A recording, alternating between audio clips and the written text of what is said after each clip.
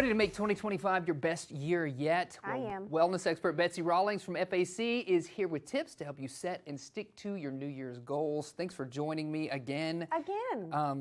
Okay, so what do we got going on? You so brought a pad. I felt like I needed to. Yes, of course you did. Of course you did. So we tend to make really lofty New Year's goals, and every year about 6 weeks in, most of the people have dropped out, right? Sure. So we kind of talk about it every year, the different steps that you can take to make your goals stick. This year, everybody's goal is going to stick. Yeah, this is the year. We're going to specifically talk about fitness goals this year. Great. Now, there's a million different goals that you can make, but we are specifically in this moment talking about fitness.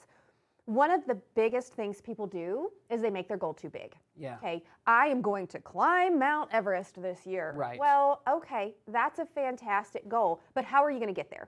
So the first thing I want you to do is take your giant goal, write it down in your fun notebook that we're going to talk about here in just a second. Yeah, okay. And then break that down into actual doable things and set a timeline for it. So you're not necessarily saying that you shouldn't have the goal of climbing Mount Everest, but it's about how do you get to that goal? Exactly. Because you look at that and it's like, well, you know, a week in, you're like, I'm never going to do that. I'm never going to do that.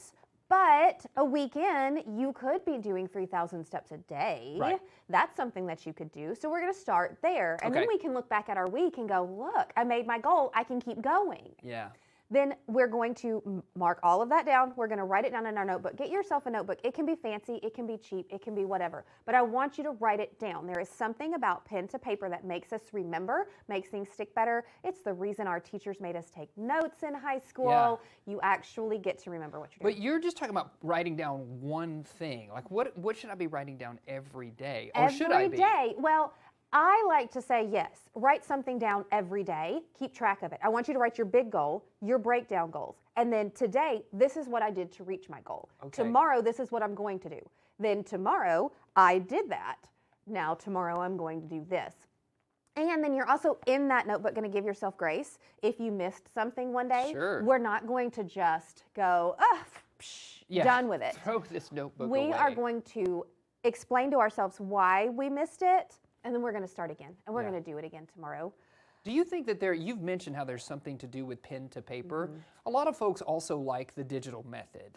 They do. What do you think the difference is in positives and negatives? If the digital method keeps you going and it gets you to put it down in words, then absolutely go for the digital method. There are a ton of different apps. Even just your calendar app in your phone will send you reminders. It's kind of like a little accountability partner. Sure. But using your thumbs and writing it down are very different. Given the choice, I'm definitely going to tell you to write it down. Okay. Yeah. Now, if you are just determined, use your phone. Sure. Use your phone. Use something. Yeah. What else? I want you to get an accountability partner, not this is just your big. phone. Okay. Now, your accountability partner doesn't even have to be someone with the same goal as you. Okay. So we're talking about fitness. My goal is going to be to stretch every day, and my accountability partner's goal is going to do 2 minutes of jump roping. Okay. So what we're going to do is either we're in the same room doing separate things, but we're together, or we're FaceTiming each other, we're Zooming each other. This person is jump roping, and I am doing my stretching. So at the very least, you're communicating. You are That's communicating. The key. You have to show up for somebody, and they have to show up for you.